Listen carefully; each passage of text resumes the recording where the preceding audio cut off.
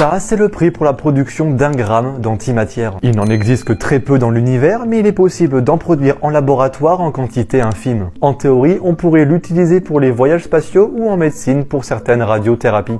Est-ce que tu savais que l'escroc Victor Lustig avait essayé de vendre la Tour Eiffel en 1925? Ce qui est dingue, c'est qu'il a réussi à savoir que sa victime n'est jamais allée porter plainte contre lui par peur d'être ridicule.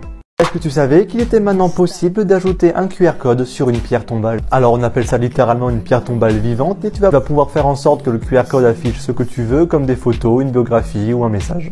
Est-ce que tu savais que contrairement à une idée reçue, les Mac n'étaient pas du tout à l'abri des virus informatiques? S'il y a moins de virus sur Mac que sur Windows, c'est parce que les utilisateurs de Windows sont plus nombreux et c'est donc plus rentable pour les pirates de s'attaquer à eux.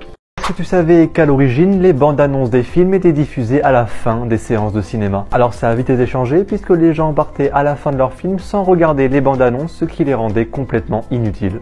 Tu as peut-être déjà ressenti une vibration dans ta poche, mais en regardant ton téléphone, rien, aucun message. Ce phénomène a un nom, ça s'appelle le syndrome de la vibration fantôme et d'après l'Institut de technologie de Géorgie, 89% des gens auraient déjà connu ça. La cause serait des habitudes corporelles acquises. Ça, c'est le débit moyen en téléchargement relevé en France. Alors ça peut grandement varier en fonction de si tu as la fibre ou si tu l'as pas, mais en moyenne, ça place la France 36e mondiale. Est-ce que tu savais que le théorème de Pythagore n'avait pas été inventé par Pythagore? Pareil pour le théorème de Thalès. Les résultats étaient déjà connus et on a des démonstrations bien plus anciennes qu'eux. Ce sont des exemples parfaits de la loi de Stigler disant qu'une découverte scientifique ne porte jamais le nom de son auteur. Est-ce que tu savais que tu pouvais accéder à la toute première page web d'Internet? Elle a été créée en 1991 par Tim Berners-Lee et a été remise sur Internet récemment par le CERN. Tu peux y accéder à cette adresse, son but était de donner des informations sur le nouveau projet World Wide Web.